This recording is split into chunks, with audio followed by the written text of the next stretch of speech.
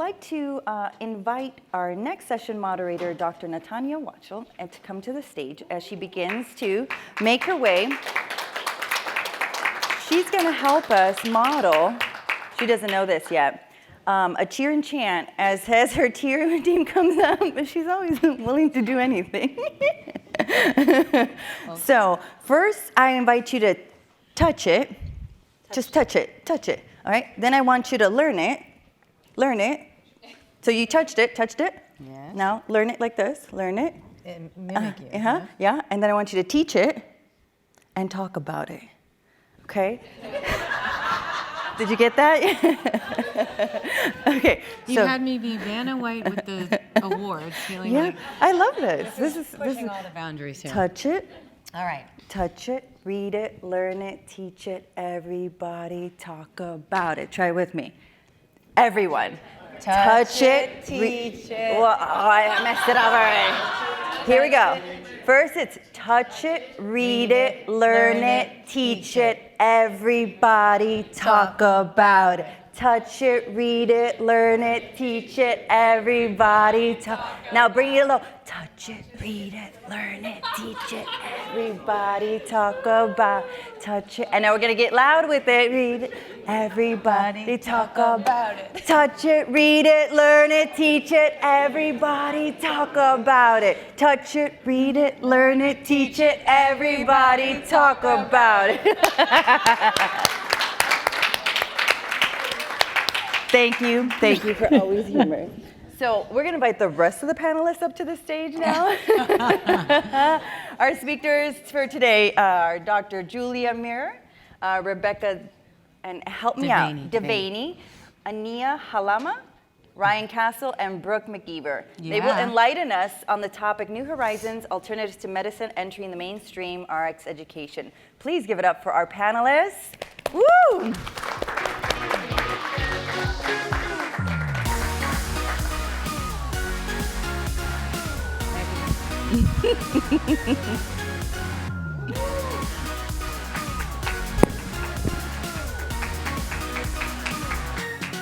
Can everybody hear me? Good? Because the AV team is awesome, and they even navigated a few last minute, oh, can we add people and change the microphones? And here we go. So thank you, everyone. I'll get everyone a minute to get settled, because of course I have a panel that breaks the rules and has extra people, because I'm like, no, I need this person, and can I have this person, and then, oh yeah, and this person. So thank you for your patience as we get oriented. Here, wait, we can move down. Well, we couldn't follow a better presentation, right? Thank you so much. There are so many things about what you said that I think you're going to see we're going to weave in similarly, because all of us in this room, and as Malika said, are very, very committed to try and help heal, whether it's one person or a community or the world, whatever size goal you have. And I think a lot of it comes from maybe unbundling and unburdening ourselves from all the rules and all the rigor that we were taught, but also sometimes respecting and marrying that sort of traditional approach to healing on the Western side, but also looking into things, as you mentioned, right, that have been around for hundreds and thousands of years. And so we're going to talk about all the woo-woo, but many of the folks come from also a more conventional, Western medicine side of the world. So it's really interesting, I think, when you look at those synergies and being open enough to kind of let go of one foot in everything that you've ever been taught, potentially, right? And to adopt it and blend it. So we're gonna just basically take a little walk together. And the first thing I wanna do is introduce you to, well, my new friend and my good old friends that I've assembled here, who are an incredible kaleidoscope of folks. And if you wouldn't mind introducing yourself and just saying a little bit about your background, and then we'll go down the line and then we'll kind of get into it. So I'll start with Julia. Hi, I'm Julia. I joke that Hi, can you hear me? Okay. I'm Julia. I joke that I'm a recovering physician. I got my medical degree. I was in pediatrics. I was ready to go. And 2 years in, I realized I'm not buying what I'm selling. So 5 years ago, I resigned, and I found myself kind of in a crisis and realized that something has to be different in medicine. And at the same time, the psychedelic industry, the medical industry, started to evolve. And I had the privilege of being able to position myself throughout the ecosystem and really see the potential here, the limitations, and kind of how we can move forward to incorporate all of this into the Western model. Awesome. My name is Ania, and I'm all the woo. I'm a spiritual mentor as well as integration coach. I work with plant medicines, specifically ayahuasca, ancestral medicines, ayahuasca, rape, mambe, ones you probably never even heard of, as well as psilocybin and other ones. Similar to many people, the reason I got into this was because I had 10 years, an entire decade of being very sick, mental illnesses, IBS. I was allergic to every food. I was going blind, and just Western medicine wasn't working for me. So I was looking for an alternative path to find something that was healing. And once I healed myself, I was like, this is a way that I can help others. And the light was lit inside of me, and now I help people heal through alternative medicines.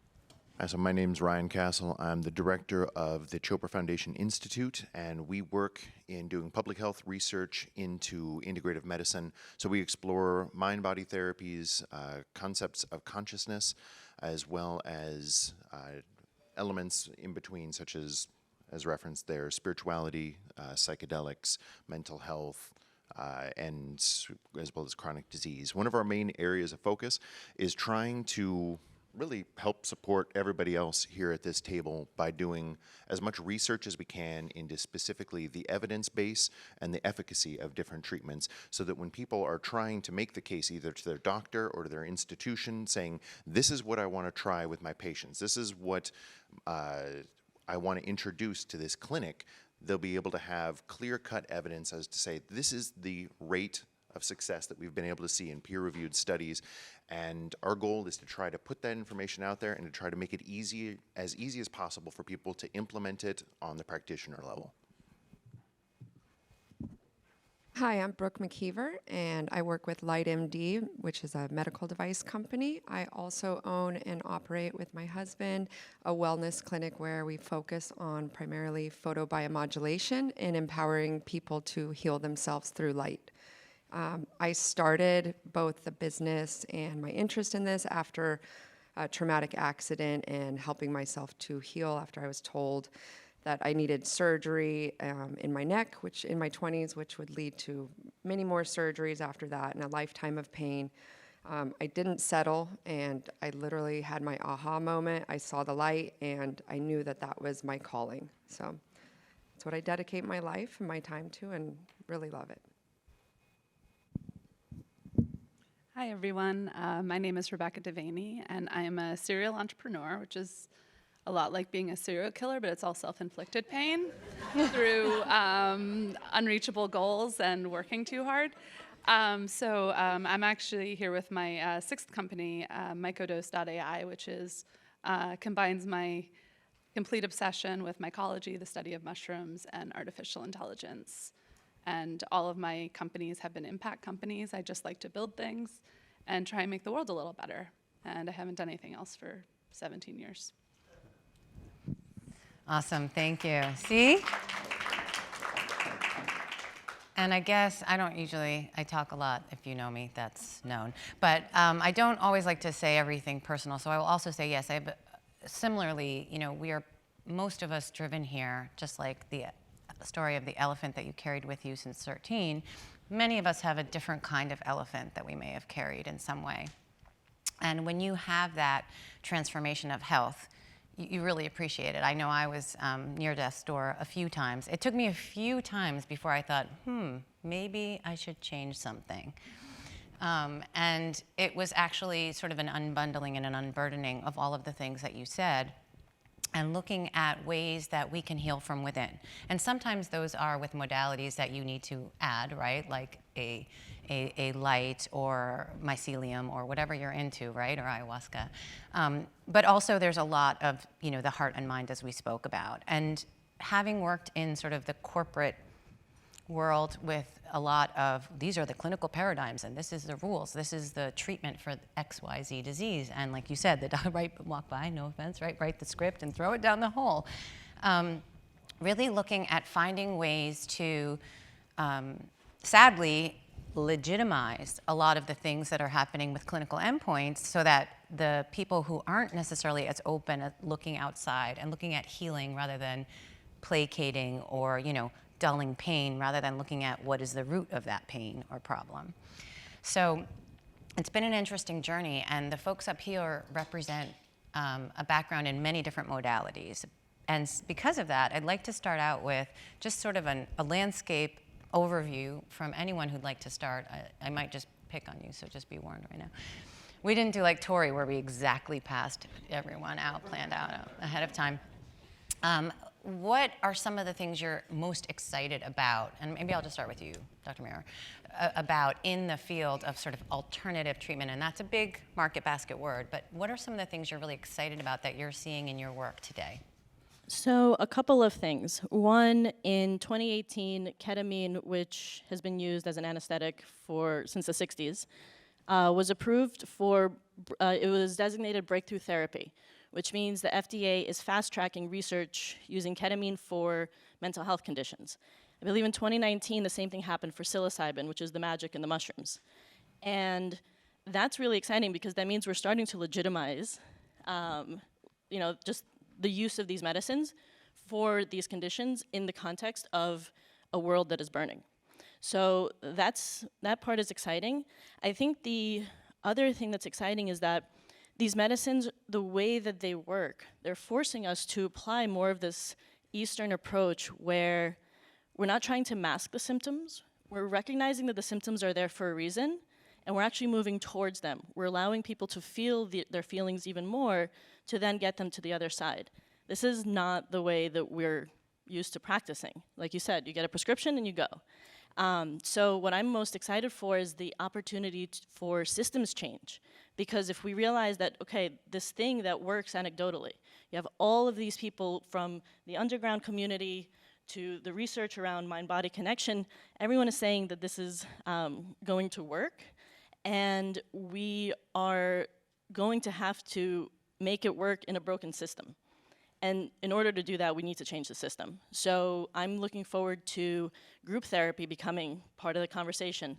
The other thing is coaching. Therapy goes into, what happened, why, and you're stuck there. Coaching is like, okay, these things happened. You sat with them in your ceremony, in your, ketamine session. Now what? And so we're even seeing it in terms of ICD-10 codes. There's now a code for coaching. It's in its trial run, so in the next couple of years, they're gonna assess and say, hey, coaching should be covered by insurance. And in 2024, there's a CPT code for psychedelic therapies, which means in 5 years from that, it may be possible to actually get these treatments covered by insurance. So that's what I'm excited for. Yeah. Awesome. And also deprescribing, right? So there's already clinical data that shows, that the interventions such as these ultimately can lead to deprescribing of, not that medicine doesn't, or certain compounds have a role, but to deprescribe certain things, especially in mental health. So. And I want to touch on that a little bit more. This is a very common thing, and particularly a problem with pediatric populations. We know how to start a medication, a mental health medication. There's really no discussion about ending it. And so psychedelics could actually be that bridge for people who are so dependent on their medication that they don't believe that they can live without it. This gives them like a little bit of hope that they can. And it can really, I think that that's going to be one of the most valuable use cases for psychedelics. So thank you for that. Yeah. All right. Anyone else would like to share? Because I'd love to hear a couple. We'll just go down the row. How about that? So what I'm most excited about is I live in South America and I work with ancestral medicines. Ayahuasca, like I mentioned, is one of them, and that one's very close to my heart. And ayahuasca, they've been having these traditions, having these ceremonies inside their family lineage for years, and they never questioned if this works, if they believe it, or if anything, if this is real. They just know deep inside of them because it's passed on for years and years and years in their family family lineages, and people go to these ceremonies and they heal. They have this amazing, beautiful spiritual experience.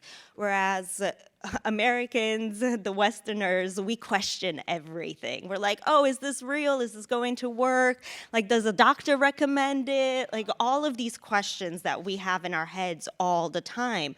So we're bringing the research as well as the belief of this ancestral medicine that it works. That's what I'm most excited about, is merging the Western and the ancestral together.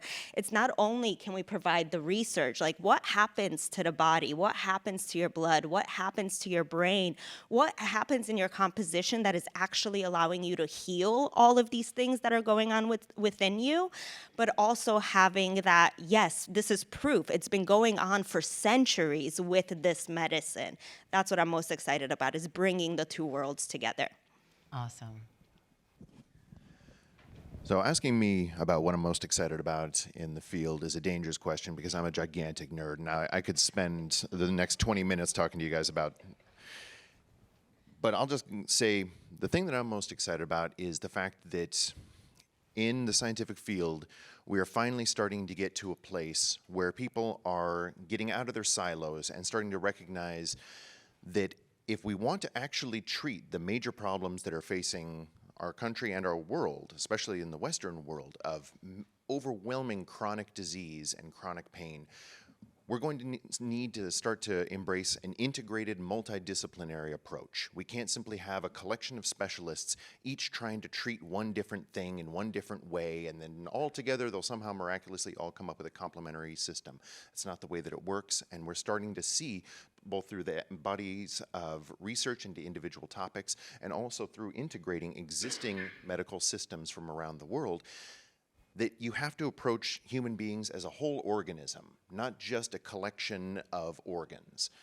And that idea of approaching things from a systemic perspective is hard, and it's complicated, and it requires large groups of people from a lot of different backgrounds working together. And I think that in and of itself is one of the things I'm most excited by, is getting people together for one of the first times to talk about, hey, here are all of our different ideas on these things, and how can we come up with something that is synthesizing all of it? And that's building on what we desperately need to bring these worlds together. So that's what I nerd out about. So I love what you said about that, and it being systemic in nature with what we're trying to do and mimic nature and use that for our own healthcare. What I'm most excited about is that doctors are now recommending to their patients to try light therapy. And that's happened really this year, I'd say in 2023, that I have more and more clients that are coming to our clinic who have been referred by their doctor, not directly to us, but just said, I'm out of options, you've tried medication, and you've tried everything that I have to give you, and it's not working, you're still suffering. So why don't you try this red light therapy thing? And then because we've implanted ourselves in the community and helped quite a variety of people and been there for quite some time now, I feel like we're trusted. And so we go as a source of hope, and we're able to bring that to our clients and also to their families and their friends, because most of our business is referral based by somebody that they know and trust. And because it's something new and alternative, people are still looking and have a lot of questions. And there's also a lot of misinformation out there. With a new industry like photobiomodulation, there's things that like panel lights and wands and lasers, and mostly the community has no idea the difference because everything says it's the same thing. So bringing that to light literally is part of the education process and how our system will work differently and how we collaborate with doctors. So I really like that aspect of it. And then like Ania touched on bridging ancestral and Western medicine, our photobiomodulation is bridging Eastern and Western medicine into the quantum realm. So I think that's important, and all of these energy medicines are effective and working on a whole system from both the mind and the body. I'm very interested to learn more. So I always like to say that I wish that the United States had had a Bill of Responsibility when they got the Bill of Rights. And one of the things I wish that we all felt the responsibility for was psychological safety. And psychological safety is 4 steps. It's the right to be included. It's the right for you to feel like you can learn. It's the right for you to feel like you can contribute. And it's the right for you to challenge. And at work, in your homes, and when you're sick, you deserve psychological safety. And right now what we're seeing is a tension in the innovation age where everyone in this room is building psychological safety with alternative medicines that empower the person who may be struggling to include themselves, to contribute to their own care, to challenge. And these are things that we're seeing the sort of medical system pull away from that, where less time per patient, less relationship, myopic, singular diagnoses instead of looking at the whole system. And there's just more patients and more doctors that want to execute their Hippocratic oath than there are people who want to fight the trend that we will, with technology, give psychological safety back in work life and in hospitals. And so that's what I'm most excited about. Awesome. I'm going to probably start with you next because we're going to transition to sort of the role of tech. So I love sort of these ideas that we are these, we were talking about last night. What is there a box? Think out of the box. And Richard said, what box? So that, that when we hear that expression. So sometimes there is a perception that alternative means something only of this earth and or, a plant. And there's a big part of that, or it's about spirituality, or it's about movement and breath work. And so one of the things that's really interesting about all of you in this room and why I'm really hoping that some of this resonates with you, and I'm seeing all these amazing connections across these multiple disciplines, where we look at technology that is here to stay and is taking a bigger and bigger role, and the intersection of that within all kinds of healing arts. And so I wanted to shift into, and maybe start with you, Rebecca, down the row, about the role that you see that especially within AI is playing in accelerating our ability to heal and to blend some of these lessons that have been around from the Eastern traditions and some of the new data that we're getting with patient populations who are practicing, whether they be a modality or something that you ingest or those kinds of things, and how we're able to, instead of shy away from and say, no, this is sort of alternative means just free of tech and that, and sort of bridge these worlds together and get the most out of it. Thank you. My background is in technology, but my business partner is one of the top AI cybersecurity experts in autonomous vehicles. He led the IPO for Rivian, and he's a hardcore technologist. So we're just a tech team, really. But I live, breathe, and love mushrooms, and so that is also part of it. So I feel like that question, I'm just sitting here and I'm like, well, it's everything that I do every day. But what we've done, I know, you're very good at this. So we're building, it's really exciting. We're building a platform called Osiris. Osiris is the god of mushrooms. And what it's going to do is, and what it's doing is taking in research, user data. We basically have 5 different inputs. And we're going to be hopefully giving, we all know that we have all the data that mushrooms extend your life by 16% if you take them regularly. They decrease depression by 36%. I'll get into this, I'm speaking on it later. One of the best things you can ever do is consume either whole mushroom supplements or mushrooms in general. I have 2 mushroom gardens. I am replacing meat with mushrooms. I've never felt better. And when I was working, I was like, I really need to be in this field, but there's no data. There's no data on anything. Mushrooms have been around for 2 billion years, and we co-evolved with them, and yet we don't know how much lion mane somebody should take for clarity and focus. We don't know ever. It's just completely unregulated, which is great because we can enter the field, but what we're trying to do is actually get those answers. Get the answers, and that's all we're trying to do. And that we're a data company. We're not a supplement company, although that is part of what we're doing. That actually is just a tiny part. We really want to be able to help people have an optimal mushroom journey so they can just live longer, healthier, better lives. And so without AI, we can't do that.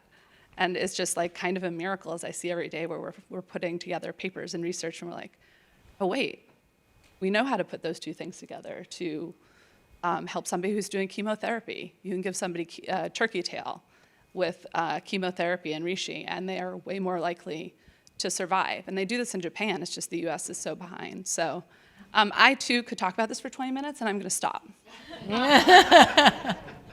Nobody's passionate about anything you're about to hear today.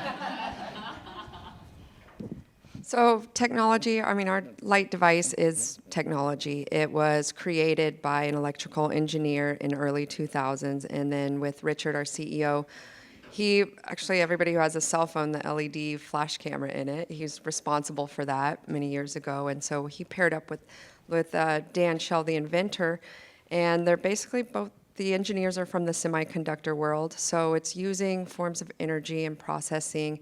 We use frequency and light, so it definitely is technology, but what it's meant to do is mimic nature. And so using technology with frequencies that respond to, different tissue types respond to different frequencies. And so all of this is of the earth. In fact, we actually have the Schumann resonance, which is the Earth's frequency, as a program that's already pre-programmed into our device. And so, using things like that are light, which is wavelengths that we can receive from the sun, given we get enough sunshine. So it's taking us back to nature without the harmful ionizing rays, and using technology to fast track that and give us more benefits in a shorter amount of time. So that's how we're using technology. I think the role of technology is also at the root of why I prefer the term integrative medicine to alternative medicine. Because alternative medicine indicates this is a subset aside from medicine. Traditional, natural, whatever you might want to categorize that as, it is separate over here. But in reality, I think that what we're all talking about here are different ways of trying to approach humans as an integrated life form. We're not disconnected from our context, our environment, our society. Our mind is not disconnected from our body or our heritage. And I think that's how we work technology, and because technology is part of our environment, it's a part of our context. And incorporating that is no more unnatural than it would be to say, well, I take aspirin or Tylenol in addition to whatever else I'm facing. These are all simple ways of trying to improve our health. One of the ways that we personally, through our research programs, use technology is in both pattern recognition using AI. We use virtual reality to try to explore the vagus nerve and find out what are the activation networks that we can explore. How do we map out auricular stimulation down to the entire vagus network? And these are things that would have been almost impossible to do in a meaningful way without technology to get into them. But they're all building off of older systems, off of traditional systems. And I think that that's the key part of technology, is that it's a tool, as has been said over and over again. And it's a tool that can help to build up an integrated medical system that builds on what has existed before and hopefully can make it accessible to people who didn't previously have access to that traditional medical system. So that's where we see it. So again, I'm all the woo, not very much of the tech. But I do like to educate myself on it. And with my company, Xpansion Alchemy, it is an online learning portal where we do teach breath work, EFT tapping, things that you can do on your own, meditation. And I do love that it is more accessible to everyone else. I love that AI can do a lot of predictions. I'm actually working on a book right now all about ayahuasca, and I'm working with doctors in order to show what is happening in the body, what are the compositions that are changing, changing. And with AI, we can make a lot of those predictions of what could actually happen on some of these medications, on some of these different medicines, and show what is truly possible for each individual person. Be like, okay, this is what your body is going through. This is what your blood is showing you. This is the medicine that you are needed. We can make these predictions, and we can show people in a way that they've never seen before what exactly they're healing, what exactly they're going through, what is going to happen in their bodies.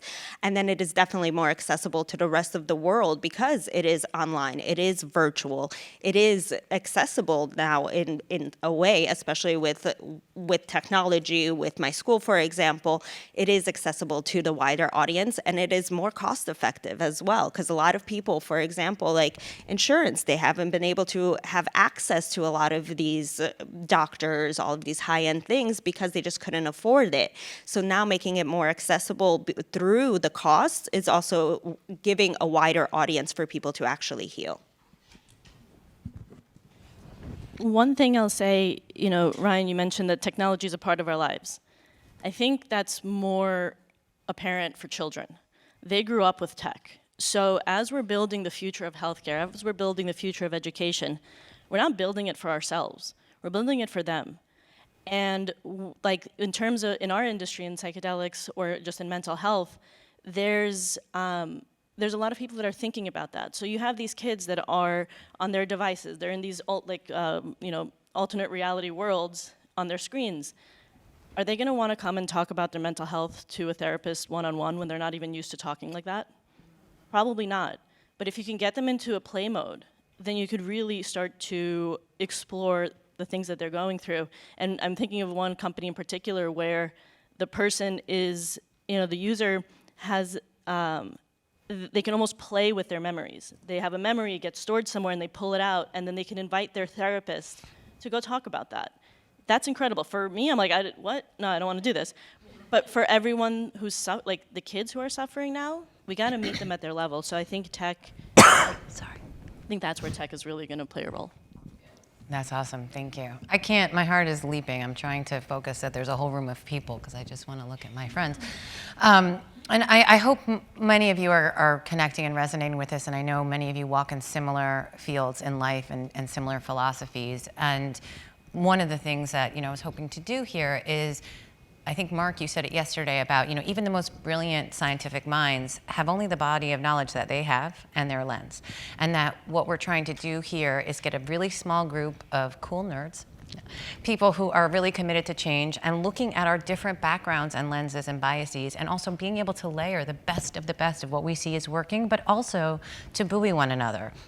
We have people here with connections to funds, connections to organizations, to government change and legislation, to some of the boots on the street in the medical world, in hospitals, in care centers. So my hope is that everyone finds something that they can connect with, someone that they can connect with in a new way, and see about how we can kind of become this layered fabric or chain that kind of builds all of us up and builds the society around us. And I love what you said about integrative rather than alternative. And now I kind of really wish we had said that as the topic. But so within that, we talked a little bit about just high level, our personal and professional views on what's happening, where we can go. And, regulations you touched on as well. In terms of regulations are changing, which unfortunately seem to be like the litmus test for legitimacy, right? Like if there's an ICD-10 code for it, well, then it's real. So I think it's really great that we're doing, remote monitoring even was like a breakthrough concept, right? We talked about caseloads. We talked about, as a whole, meaning today here, and those of you who are new, we talked about looking at how an individual can approach healing not as a bunch of body parts, right? Or how a clinician can look at, well, that's your weak spot in that body part, and then we're gonna placate that body part. And so looking at systems. And so when we put all of those things together, there's a lot of hopefulness about what that can mean. And I think many of us in this room can relate to wanting something more, whether it's for your own self, for your treatment, for your family, whether it's you're an oncolytic mystery, you've been told like you don't exist in this book. And so we are really looking at paradigm shifts and how we talk about, you know, whether you're in the Midwest and it's an internal medicine doctor and there's a diabetes diagnosis, and instead of sort of the you should, you know, take a walk, exercise, stop drinking, stop smoking, and looking at ways that are more collaborative care that give the person a sense of autonomy about you can heal this. This is not, your life is not over. You don't have to be defined by this. And there are a bunch of different things you can do, and many of them don't cost you anything. And we talked about that in terms of life is a party. We get one of them. And how we want to make it last a long time, but we also want to have a really good time for as long as we can. And so it's just really, really exciting to me to have all of these people who want to be a part of that message and make it real for people who aren't maybe where we are right now, who some of these terms and some of these modalities might be a little bit either concerning or conflicting, perhaps personal or spiritual beliefs, and really looking at how do we embrace all of these differing cultures and ways of being and layer them together. And so I know we're going to be at a time in a moment. I just wanted to say thank you to my incredible panel here, and thank you to all of you for paying attention, for looking up at us and being open to the discussion. And if we have time, can we take some questions? Because I think that would be really great to have some interactive instead of us just talking at you. So I think they're going to bring you a microphone. First of all, thanks, guys. I have a ton of questions, but I'll try to keep it to two. So the first one's kind of a big one, but how do you see this going with, I'll say the term big pharma? You know, they're the biggest donors to legislators, politicians. They control over 75% of the FDA's budget at this point. So how do you see that getting past that? And then second question, if you have time, is just from a pediatric standpoint, what kind of research is being done or studies being done on younger children and the use of these alternatives? Well, for the pharma one, I guess I could take that first. So I came from that world, and it's a bit overwhelmingly disheartening in some ways, but you know, advocacy, they have a lot of, let's say, financial commitment to advocacy, but that advocacy is usually for a self-gain around getting their medication into as many hands as possible, covered lives, right? It's not really patient advocacy or even clinician advocacy. That said, it's kind of like you can't beat them, join them type of thing. So I feel like if there's a way to let pharma be the hero too sometimes, and the payers, who often control a lot of what we see in terms of what is considered, you know, either whether we're talking about coverage, whether we're talking about step edits, whether we're talking about, you know, barriers to get to this compound or product. But I do see some shifts in some pharmaceutical companies who are embracing the idea that maybe they have to look at integrative medicine as this necessary evil that they have to deal with, right? So they're actually adopting things like digital therapeutics that aren't diagnostics and offering them to patients who are on their compounds, especially in CNS products and mental health. So that's kind of hopeful for me from coming from that world. They have to see there's a financial gain and benefit. So as Mark was they were talking about yesterday, pharmacoeconomic model. So if we look at least for the payer side, if we look at populations that affect change in a positive way by coaching, by doing a ketamine series of treatments, by having psilocybin for PTSD, for example, or what have you, and looking at longitudinally the financial, like the bottom line ROI that we keep you out of the hospital, obviously preventing either suicide, you know, deprescribing, the actual annual cost of the medications goes down, then they'll be like, okay, maybe we'll allow for this. And just like things like acupuncture, which now get, you know, reimbursed for, that's why with Ryan's paper, you know, in the systems model for yoga and pain, I mean, we did a podcast and talked about it actually through the lens of the opioid epidemic. And I talked about how these are actual methodologies and ways that clinicians can adopt to use and kind of still be the hero, even though they didn't actually hand out a script. Or you can be the pediatric. I was just going to say, in terms of the pharmaceutical model, absolutely. There's a lot of ways to incorporate pharmaceutical companies in a way where they are incentivized to be invested to some degree.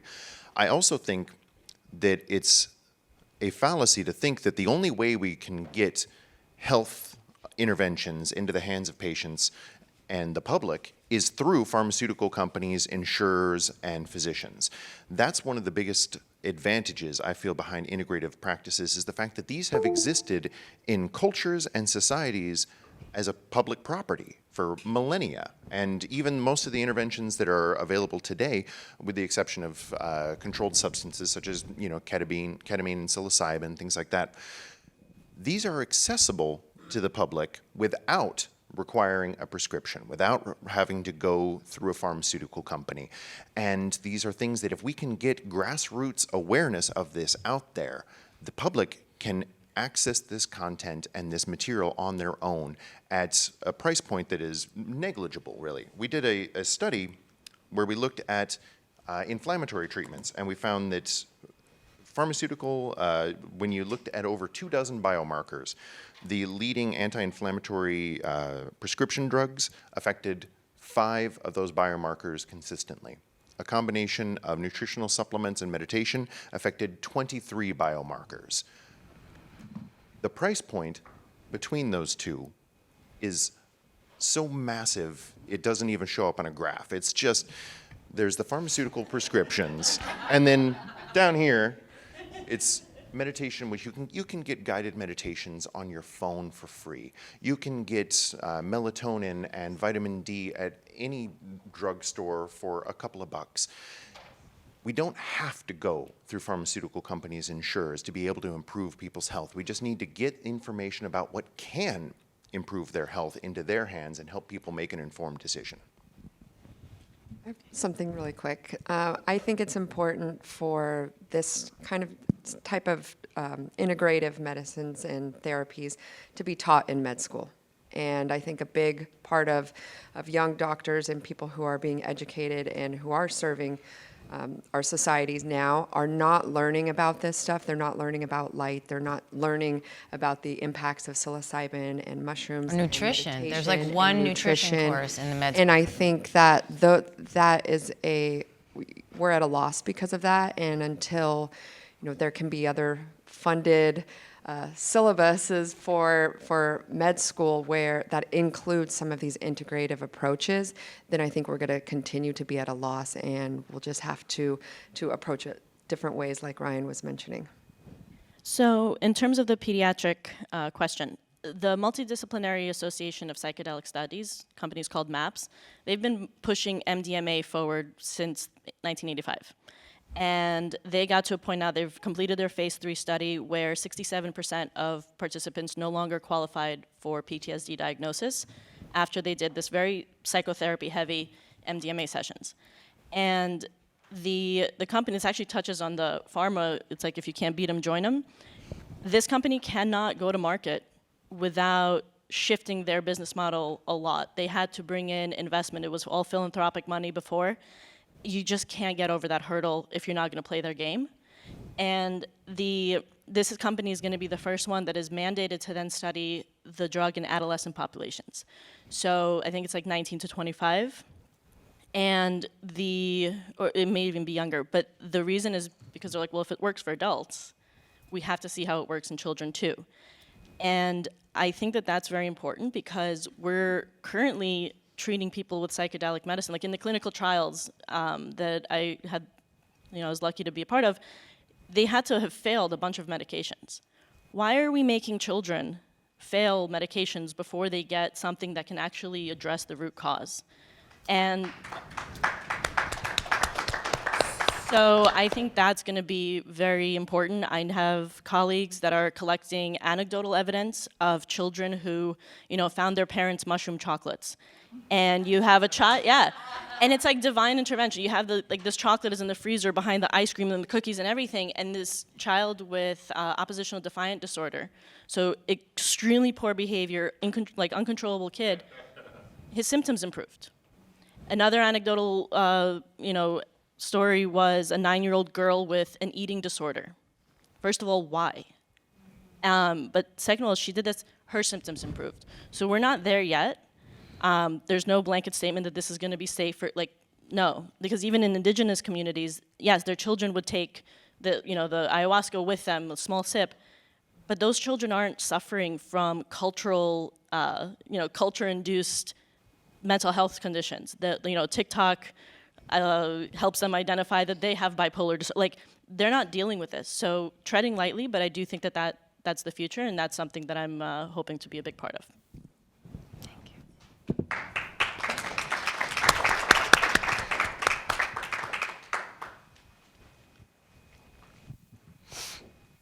So I'm a very transparent person, and I think we all have talked about stigmas enough in here for me to share this. But I have CCPTSD, and I manage it with herbs, meditation, things like that.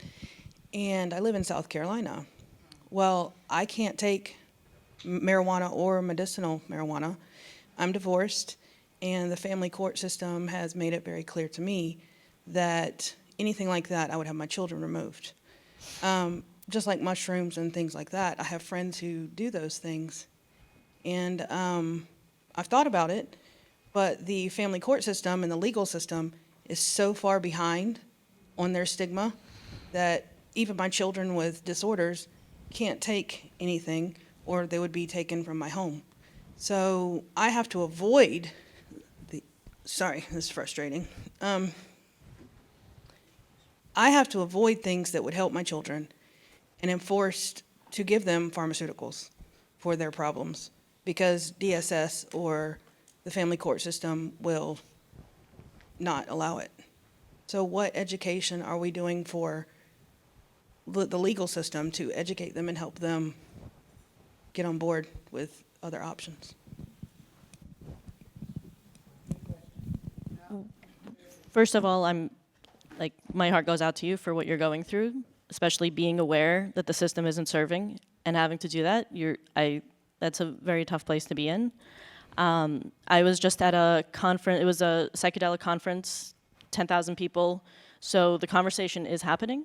And in that, there was a panel, they were talking about a study of, I think it was 4 children, younger, teenagers, who were given ketamine treatment. And they had severe mental health conditions, and I think it's going to be slow, unfortunately, but it's already happening. There's already kind of a little bit of the needle being moved, so that we have at least case studies to say we need this, big IRB study, and it's really getting this information to people who are still in the system. Like, I left, but I encourage a lot of my physician colleagues to stay and do something, to just start talking about it, because that's going to be how it trickles down. Social worker students.